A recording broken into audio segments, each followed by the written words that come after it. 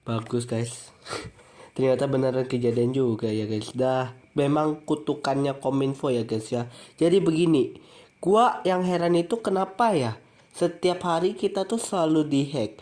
Data dari ASN dihack, kemarin juga tahun 2022 juga malah kena hack, yang dulu tuh hackernya Bejoka, dan sekarang hackernya tuh pakai Brainchipper ya guys ya.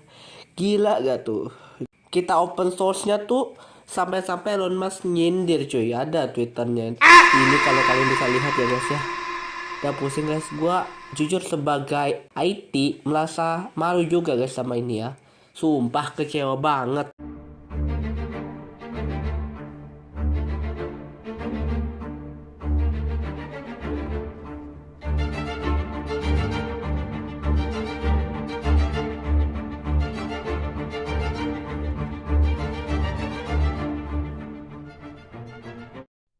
Halo guys, gua TGX, berpikir kritis dan analis sebelum merosting. Selamat datang di segmen Pandek, pandangan teknologi di mana kita akan membahas tentang teknologi, sains dan sebagainya. Nah, hari ini kita akan membahas bagaimana ini menyengsarakan konten kreator dan juga penggunaan teknologi serta genset lain-lainnya. Nah, apa saja dosa yang dilakukan Kominfo ini? Ya sebenarnya udah lama ya guys ya, dari zaman si piring ya. Zaman si piring nih agak lain gitu. Yang pertama tuh dia ngeblok Steam. Bayangkan guys, banyak sekali gamer di luar sana yang menggunakan Steam dan enak jidatnya dia ngeblokir. Sementara judi online, bahkan gua habis rekaman ini pun malah ada konten judi. Bro, lu bisa ngeblokir Steam, lu bisa ngeblokir apa kawan-kawan. Judi gak bisa lu blokir. What the fuck, bro? Oke, selanjutnya juga dia juga pas di hack kemarin tuh tahun 2022, tepat sebelum hackingan yang pertama ini, terjadi serangan hacker Bejorka. Dan mau tahu apa yang dilakukan beliau? Bang, hacker jangan menyerang ya hacker. Swiper no swiping. Swiper no swiping.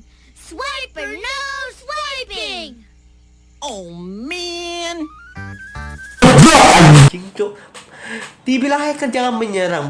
Bayangkan sampai dibilang idiot. Gua heran guys, kenapa gitu ya Kominfo gitu. Maksud gua kok gak ada gitu Kominfo yang normal. Dan untungnya guys terungkap juga kenapa sinyal kita lelet. Yap benar, dana kita itu dikorupsiin 17 triliun. What the hell, 17 triliun itu gua bisa beli rumah banyak-banyak cuy. Gua bisa beli mobil, gua bisa beli iPhone, gua bisa danain sekolah banyak juga cuy. Gua bisa juga sekolah di Harvard, bayangkan 17 triliun. Gila loh. Dan juga sekarang ini diganti Budi ya guys ya, Budi Aris Setiawan. Tapi malah fuck up makin lebih parah cuy. Bayangkan, mereka nih sama-sama boomer ya. Jadi kemarin tuh juga tolol ini ancam blokir Twitter. Bro, kemarin Steam, sekarang Twitter.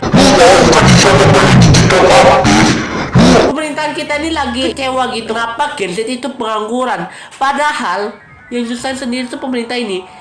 Blokir Steam, blokir Twitter bukan mengatasi masalah pengangguran. Mikirlah sikit woi. Ancam blokir Twitter.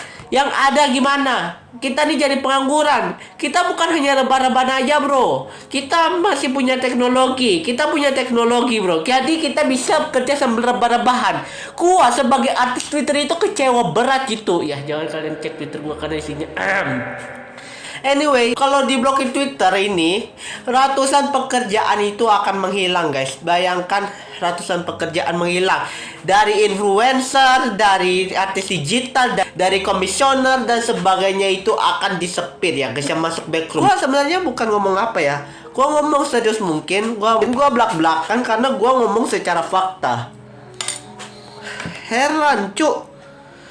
Kenapa pula mentang-mentang diri berkuasa tapi malah disalahgunakan. Ini dihack lagi PDNS dan hackernya tuh ngancam 131 miliar. Itu gak mungkin. 131 miliar itu that fucking impossible. Hackernya tuh mungkin cuma minta 1 miliaran, tapi 131 triliun itu karena dipotong pajak bea cukai. Yah benar. potong pajak bea cukai. Kominfo tuh cuman bilang gitu. Juga parahnya, lagi-lagi dicarut gini, malah bilang alhamdulillah. Setidaknya kita akan ngegelar. Goblok anjing.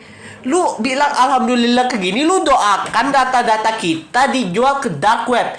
Lu gak lihat apa? Setiap kali itu ada promosi judi online, setiap kali SMS juga ada itu, lalu pinjaman dana, lepas itu setiap kali itu juga ada penipuan juga.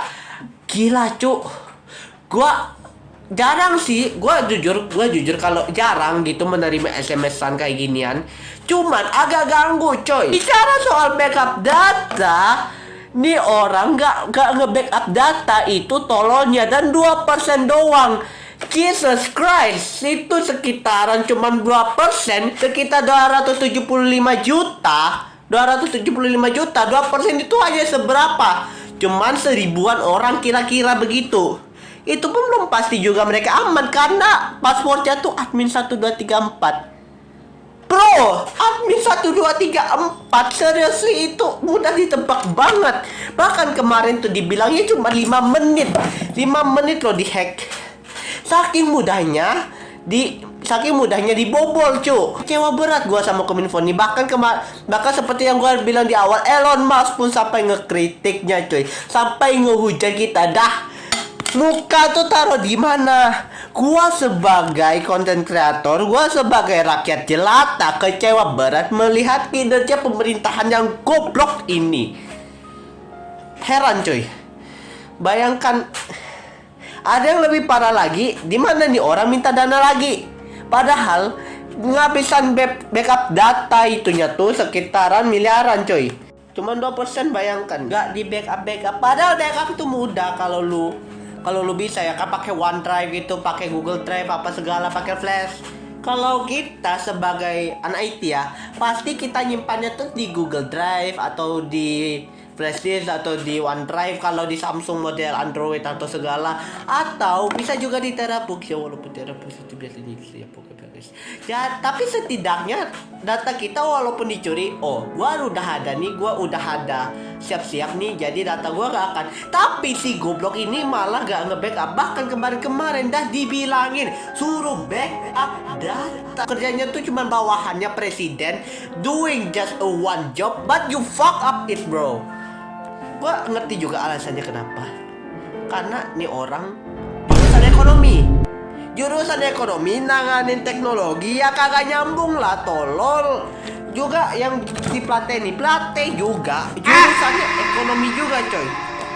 Kenapa gitu dua-duanya ekonomi? Gak ada gitu yang ahli IT. Dan kabar baiknya kita gak perlu resah lagi, cuy. Karena akhirnya ada juga Dirjen BSSN yang bukan boomer.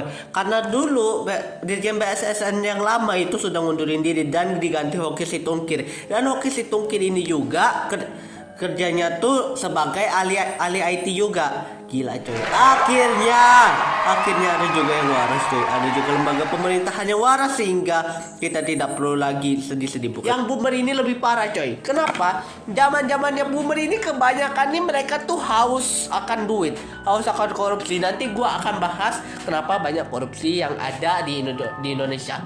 Jadi gua daripada ngekritik, gua ada saran juga, guys. Ini ide gua.